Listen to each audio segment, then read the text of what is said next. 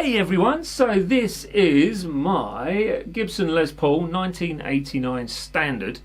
I had to do a little video because I've just got it back from Rob, who I bought this off actually a long time ago, 20 odd years ago, and he's just done a fret dress on it and a new nut for us as well.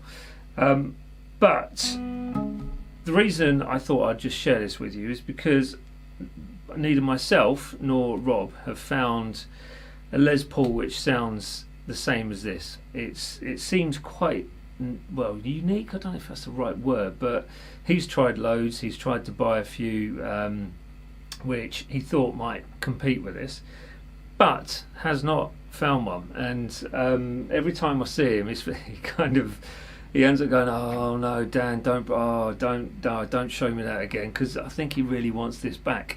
One of those guitars which it just seems to sit right, and look at this, right on the back there, proper wear and tear. That's all me, that is. So I'm really pleased with that, and it's got very much a unique sound in that sense. So it doesn't seem as muddy as a standard Les Paul as far as I can tell, but it's great. It's all original pots, original pickups, original tuners. The only thing that isn't now is the nut and the saddle, but I've still got the original one of that as well. But everything else is as it was back in 1989, so that is fantastic itself. So should we hear it? Yeah, I'm going through the barefaced Activire Reality, an exceptionally good, not good, wrong word, amazing FR cab, and then through my Tonex pedal with a Marshall JCM 800, going into, or actually coming from first, the Wampler, where was it, Moxie, there we go, Wampler Moxie, and then that is it, my Marshall, Wampler Moxie into the Marshall, into that. So that is basically just flat response.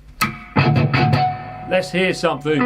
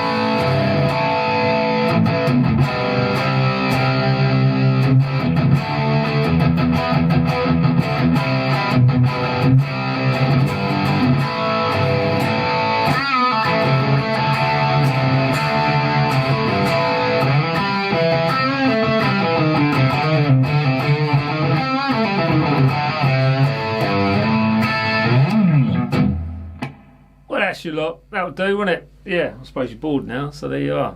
See you later.